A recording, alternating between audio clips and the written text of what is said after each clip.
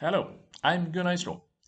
As an evaluator within the National Agency of Education in Sweden, I've gained a meta perspective on Swedish schools organizations and its problems.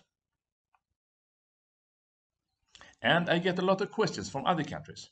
How is it that Swedish school system, which has previously been a model for the rest of the world, has now become so problematic?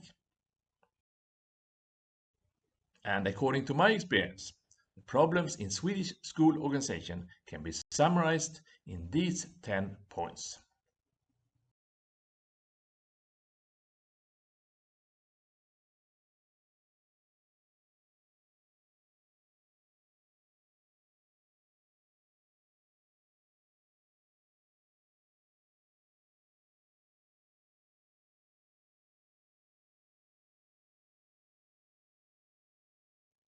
And why is nothing happening? Never have so many tried so much at such a great cost with such a little effect as in the Swedish school system during the last 20 years. If you want a summary of the problems in 10 points and my view of its possible solutions, you can find it here.